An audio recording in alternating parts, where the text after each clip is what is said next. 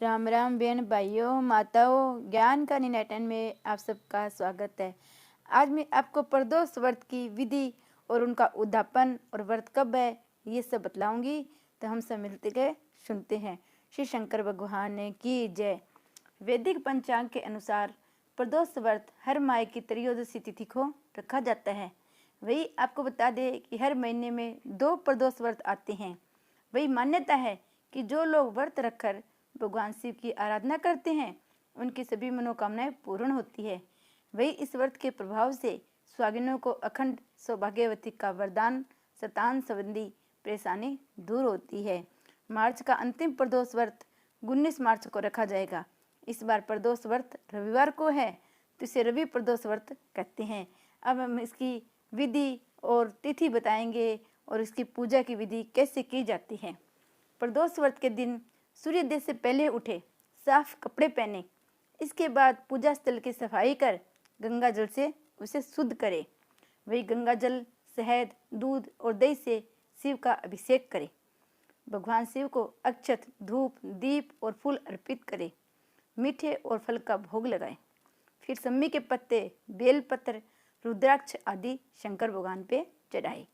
इसके बाद घी का दीपक जलाकर प्रदोष व्रत की कथा पढ़े। साथ ही अंत में भगवान शिव की आरती जरूर करे। फिर भगवान को भोग लगाकर सभी को प्रसाद बांट दे।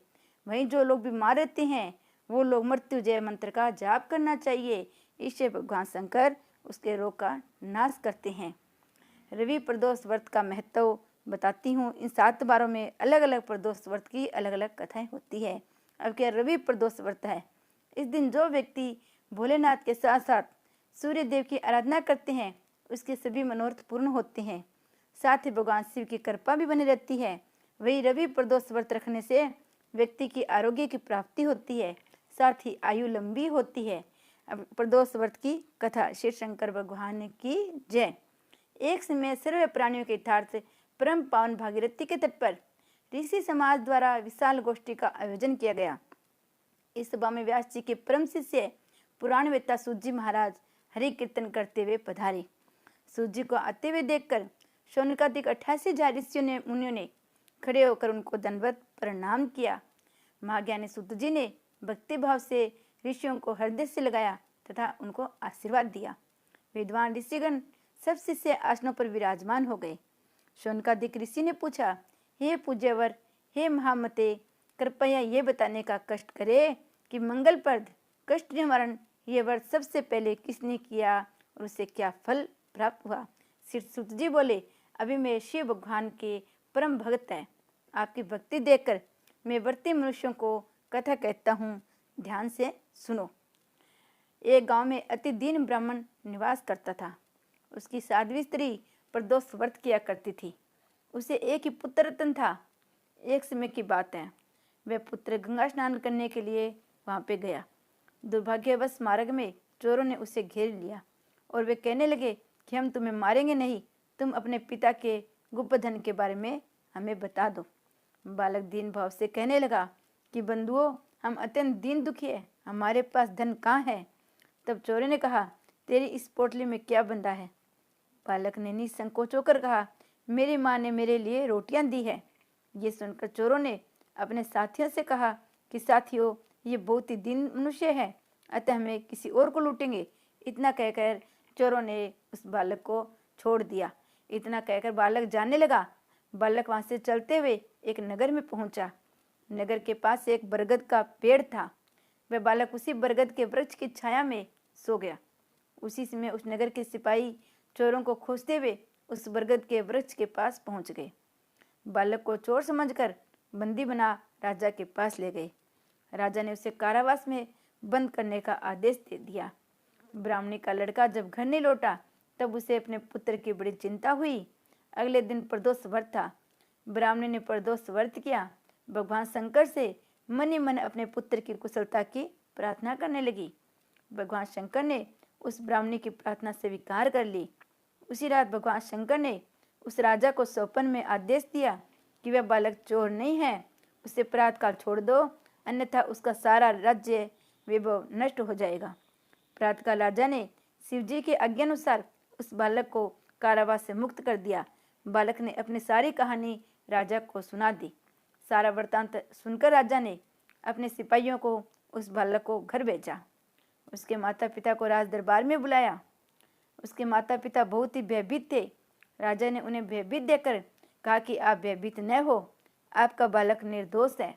राजा ने ब्राह्मण को 5 गांव दान में दिए, जिससे वे सुखपूर्वक अपना जीवन व्यतीत करने लगे। भगवान शिव की कृपा से ब्राह्मण परिवार आनंद में रहने लगे।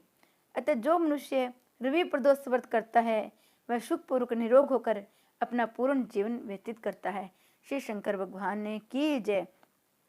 प्रदोष व्रत के उद्यापन की विधि सुनो। इस दिन भगवान शिव की आराधना करने के साथ ही ओम नमः शिवाय, देवादिदेव महादेव, भोलेनाथ, शिव शंकर मंत्र का जाप करना चाहिए। प्रदोष व्रत 11 या 26 रखने चाहिए। इसके बाद उसका उद्यापन का महत्व होता है। उद्यापन विधि विधान से विशेषज्ञ के मार्गदर्शन से त्रयोदशी तिथि को ही किया जाना चाहिए। शिव पूजन के इस विशेष व्रत के उद्यापन से पूर्व 1 दिन पहले श्री गणपति जी का पूजन करना चाहिए। रात्रि में जागरण करना चाहिए। सब कुछ मंगलकारी होने की प्रार्थना करनी चाहिए भगवान शंकर से। जिस दिन उद्यापन पूजन है, एक मंडप बनाए, उसे रंगोली के साथ वस्त्रों से भी सजाए। इस दौरान शिव मंत्र का जाप 108 बार करें। हवन के साथ ही आहुति में खीर का प्रयोग करें। बाद में प्रसाद के लिए खीर का ही प्रयोग करें। इसके बाद शिव पार्वती जी की आरती और शांति पाठ करना चाहिए। पूजन के पश्चात सभी को प्रसाद वितरित करें। सामर्थ्य के अनुसार 2 या 4, 5 ब्राह्मण को भी अपने इच्छानुसार भोजन करावे। इस दिन गरीबों को भी भोजन करावे और दान देने का महत्व है। श्री शंकर भगवान का भोग सभी में वितरित करना बहुत ही पुण्य की बात है। श्री शंकर भगवान की जय। प्रदोष व्रत का पालन अगर सही तरीके से किया जाए तो भक्तों को शिव का आशीर्वाद प्राप्त होता है। शास्त्रों की मान्यता के अनुसार हर दिन के प्रदोष व्रत का अलग अलग महत्व है। सोमवार के दिन पड़ने वाले प्रदोष व्रत का सोम प्रदोष कहा जाता है। इस दिन के जाने व्रत से भक्तों की इच्छा के अनुसार फल प्राप्त होता है। मंगलवार के दिन पड़ने वाले प्रदोष व्रत को भौम प्रदोष कहा जाता है। इस दिन व्रत रखने से स्वास्थ्य संबंधी समस्याओं से छुटकारा मिलता है। वही बुधवार के दिन प्रदोष व्रत पड़ने से इसे सौम्यवार प्रदोष व्रत कहा जाता है। ये प्रदोष व्रत ज्ञान और विद्या की प्राप्ति के लिए किया जाता है। इसके अलावा अगर सोम प्रदोष गुरुवार के दिन पड़ने वाले प्रदोष व्रत को गुरुवारा प्रदोष व्रत कहा जाता है। मान्यता है इस व्रत के प्रभाव से स्त्रियों से छुटकारा मिलता है। शुक्रवार के दिन पड़ने वाला प्रदोष व्रत भृगुवारा प्रदोष व्रत कहलाता है। इस दिन व्रत रखने से धन, वैभव और सौभाग्य का वरदान प्राप्त होता है। वही शनिवार के दिन पड़ने वाला प्रदोष व्रत शनि प्रदोष व्रत कहलाता है। इसे नौकरी में उन्नति पाने के लिए किया जाता है। साथ ही रविवार के दिन पड़ने वाले प्रदोष व्रत को भानु प्रदोष व्रत किया जाता है। इस दिन व्रत रखने से जीवन में सुख, शांति और लंबी आयु का वरदान प्राप्त होता है। और इस दिन सूर्य भगवान की पूजा जरूर करनी चाहिए। अगर रविवार के दिन सोम प्रदोष व्रत है तो रवि की पूजा और शिव शंकर की पूजा, दोनों पूजा एक साथ होने से घर में सुख, समृद्धि, आनंद आता है। जय शिव शंकर भगवान ने की जय। इस कथा में मैंने आपको प्रदोष व्रत की कथा और उनकी उद्यापन विधि और 7 बारों में पड़ने वाले प्रदोष व्रत के बारों के अनुसार आपको इसमें बताया। आपको कथा अच्छी लगी, वीडियो को लाइक व चैनल को सब्सक्राइब कीजिएगा। आपको कथा सुनने के लिए आपका बहुत बहुत धन्यवाद।